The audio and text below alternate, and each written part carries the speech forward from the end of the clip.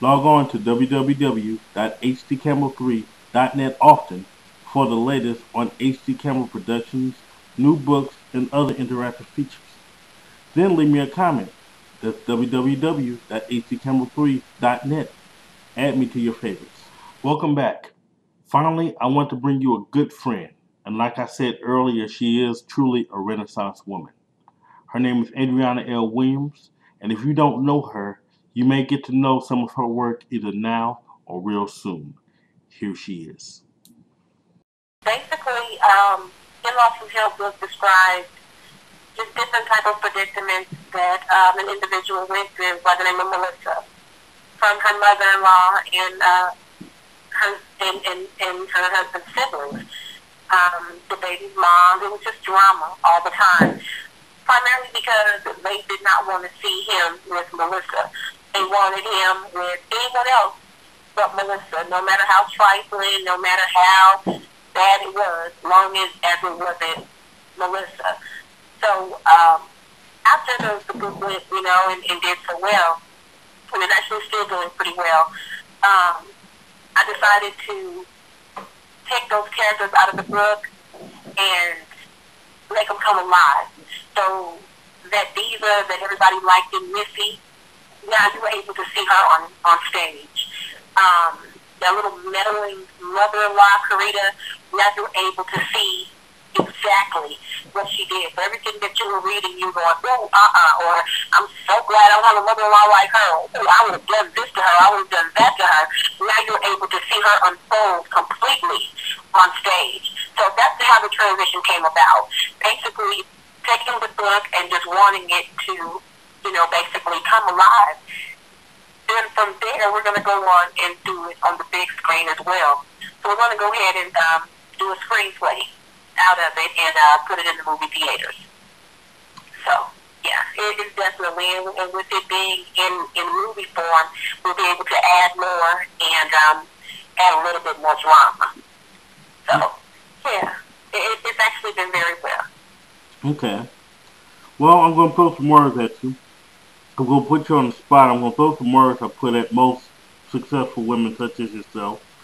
I'm going to throw at you that you're an amazing mother, playwright, screenwriter, author, mother. How do you keep it all together? I have to prioritize. It's not easy. Everybody asks me that. That is a question that I get constantly. How do I juggle everything? Well, my 3 boys keep me busy. But being a mother comes first. Sometimes it's aggravating, sometimes it's overwhelming. But being a mother does come first.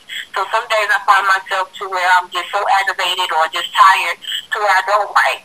So I just have to learn I've had to learn how to prioritize things. Deal with my kids, deal with their activities, homework, whatever, home life. That's an everyday cycle.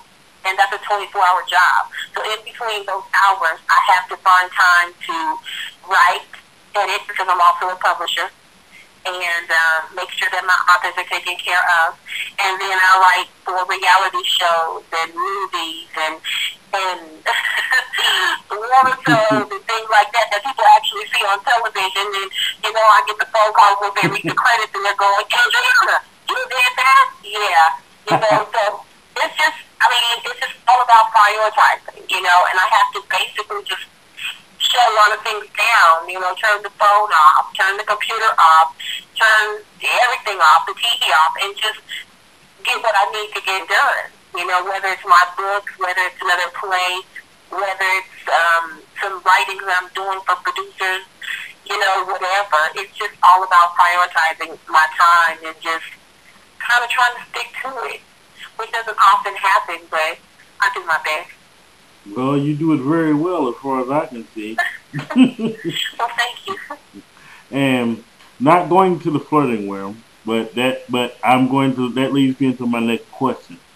Can you tell me a little bit about your Freak Files series? And as well, on top of that, your latest book, Your Woman, His Wife. Okay. The Freak Files actually came out, the first book actually came out, I want to say September. And then we did a Freak Fall Reloaded, and that came out April 15th. In the Freak Files is an erotic anthology, and how I came about that is I wanted to see on what level, and what different types of genres I could write on. Was I just a drama, fix-it kind of writer? So I kind of wanted to test the water. So that's where the Freak Files came in. I wanted to see if I could write in, erotically, and just to see if I could, basically do it. It was just a challenge for me, and it's actually doing really well. A lot of people that have read my excerpts or have read the story are like, wow, you just turn this into a book. So I got, rave reviews from that as well. So I guess I actually found out that I could write erotic. So as far as Your Woman Is My Wife, that comes out in July, and that book there, everybody is waiting on. I'm not gonna lie to you. I think the title alone, I guess my name is synonymous with intriguing and catchy titles. So everybody wants to know what Your Woman Is My Wife is about. You always hear about the cheating man, and normally when a woman cheats, she rarely gets caught unless she wants to get caught. So Your Woman Is My Wife is one of those types of books, to where now you will see accounts of a woman cheating on her husband, and everything is right there in his face, and he still doesn't see it. But when she wants him to see it, he will, and that's when all the drama unfolds. See, you getting up and get me intrigued. I want a copy. I want a copy as soon as possible. Well, look, I'm going to tell you something else. Another reason I'm drawn to you so much is we have so much in common. Number one, Okay. the private school background. I went to private school. You went to private school. Being articulate within the private school. And actually the fact that we both started writing at 10 years old. A lot of people don't know this, but do you remember Ebony Jr.? It was like a little magazine or whatever, but my first poem was published in that at 10 years old. And I guess that's what started me to write. So I guess my next question is, what drove you to your writing genre? Well, it's funny that you mentioned that, because I started writing off at the age of 10. However, I was 9 making 10, and I was entered into a Nevada statewide contest from my English teacher. She always used to tell my mother, this young lady is articulate. This young lady is mastering all my creative writing classes. This young lady can write. She can do this. She can do that. Well, to me, I was just an average student that loved to read and that loved to write. And so when she brought it to my mom's attention, the first thing my mom said was, well, Andriana, what do you want to do? I said, I don't want to do that. I don't want to do it. And so she was like, well, why? I just don't. I never have been the kind of person that likes the limelight. I'm one of the ones that can stand in the back all day long, and unless you find out it was me behind it, you probably would never know it, especially depending on me to tell you. That's just the kind of individual I've always been. Standing on the forefront when I need to, like student council and things of that nature. I've always been outspoken and president of this and president of that. But as far as just a limelight, I've never been that type of person. So when it came to me, I was like, no. So what the teacher did was she made it a class project. And me not knowing that this is what she was up to, I participated in the class project. She then submitted these writings, and out of the whole state of Nevada, I won. Out of millions of children, I won, and I was happy, I guess. You should have been. It was a big thing, with my family and also with the state of Nevada, with the governor and the mayor, and yada yada yada. So it turned into a big to-do. And I became a published writer at the age of 10. Like So I, that's where it all began. like I say, so much in common, and it turned you into the success you are today. Well, who are some of your early writing influences? Or who are some of your influences now? Do you know, now you got me with that one. I've never been asked that. I don't know. I don't remember too many as a child except for like Judy Bloom and things like that. Dr. Seuss, you know, just craziness. Now, I'm a big Anne Jerome Dickey. I'm a Terry McMillan. I'm a Mary Morrison. I like Big Boom's books. There's quite a few that I like. There's quite a few authors that keep in contact with me on Facebook, like Alita Williams. I love her zip codes. People that send me their books and I read them, I love them. So I would have to say that I have a lot of writers. I'm a lover of a lot of books. Nicola Mitchell, which is also a good friend of mine, with Over and Over Again and Twisted. You know, Rakea with The Appetizer and, you know, The Food Temptress. Asking me who my favorite, I have a lot of favorites, and not because they're my friends, but because of their work. So I have quite a bit. You know, when people don't understand, when they send me their books, I read them. I definitely read them. So I have a lot. I have a lot. They're not all just big names, you know, best-selling authors. You know, I have some authors that I just really love and that I buy all of their books that people don't even know about. So Just amazing, sis. Just amazing. I'm doing this interview. This is wonderful. Well, my next question for you is, what are some of your next tour dates for in-laws? What are some of my next what? I'm sorry. Tour dates. We haven't released all the tour dates yet. However, we are starting on the West Coast, with Michigan being Flint and Detroit. I know that Atlanta is on there, Chicago, Indianapolis, Baltimore, Maryland, D.C., New York. I know we're going to the Hobby Center in Houston, the Red Clay Theater in Decatur, Georgia. We're going to LA. We're going Lincoln Theater in D.C. We're doing Oakland. I'm trying to give you off the top of my head. But it's a several city tour. LA is going to be the last city that we hit, actually. Oh man. And the book was set in Louisiana. We're doing Baton Rouge, and we're also doing New Orleans. Okay. So yeah, it's going to be quite a bit, and the tour starts at the end of June. Well, I know you got a lot on your plate right now, but I need to ask you this: what's next on your plate?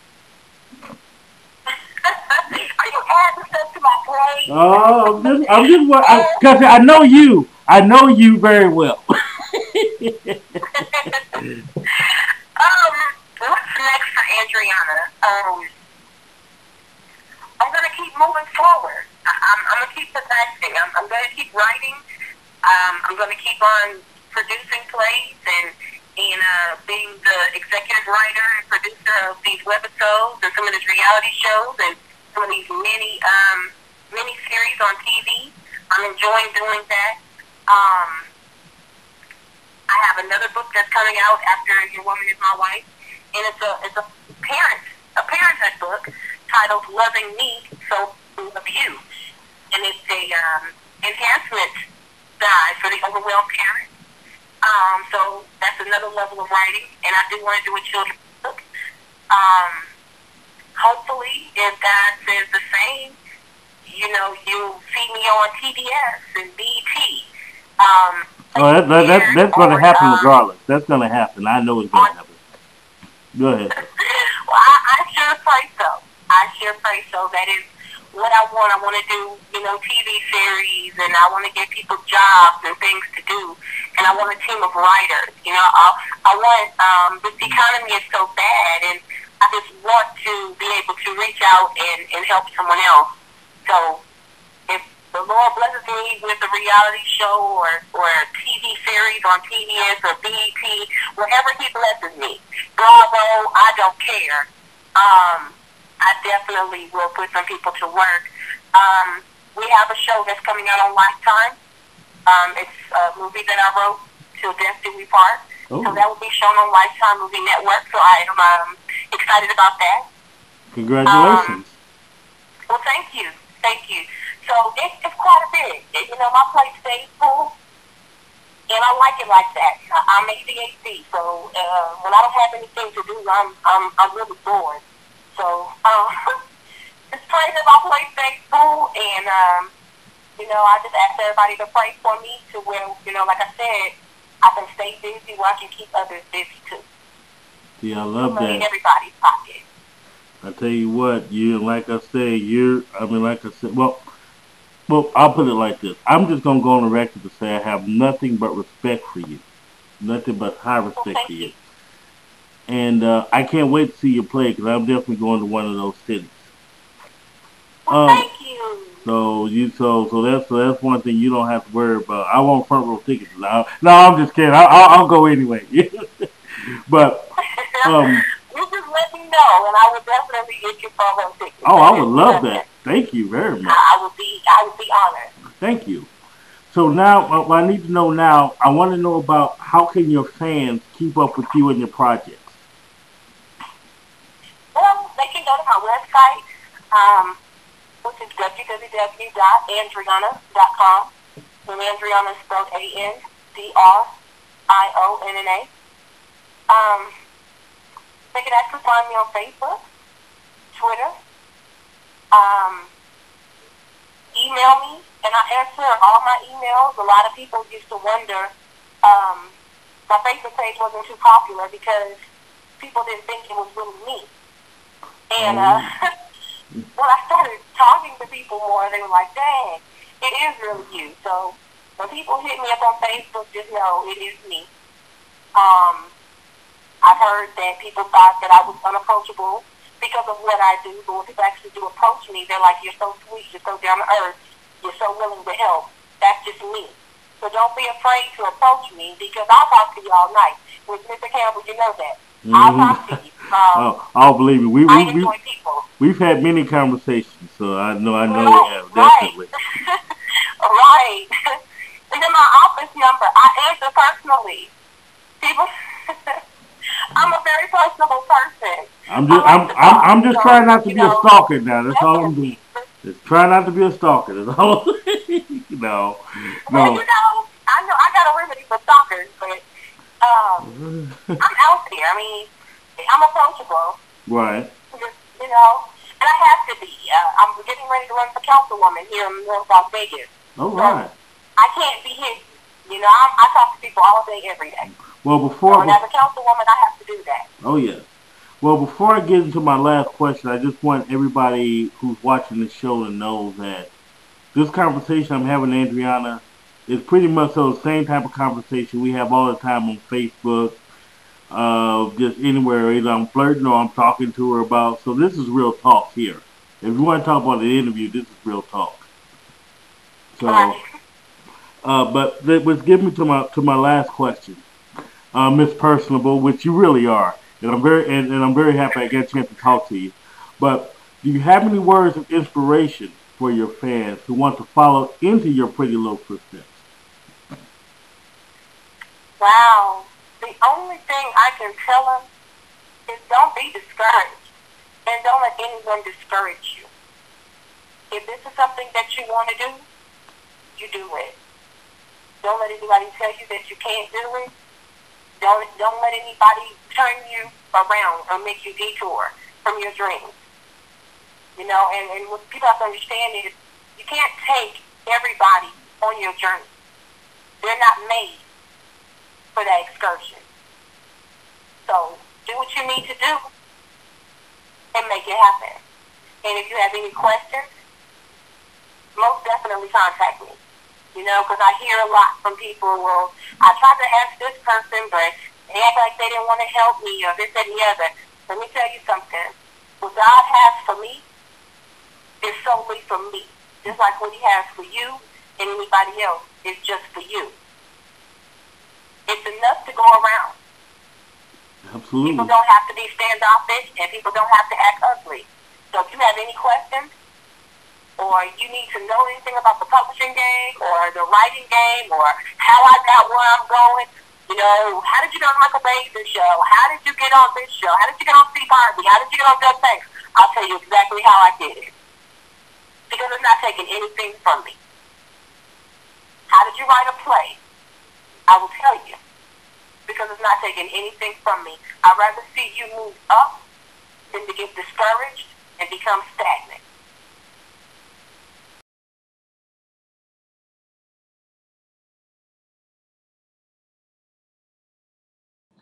Stay tuned for the Technology Corner next.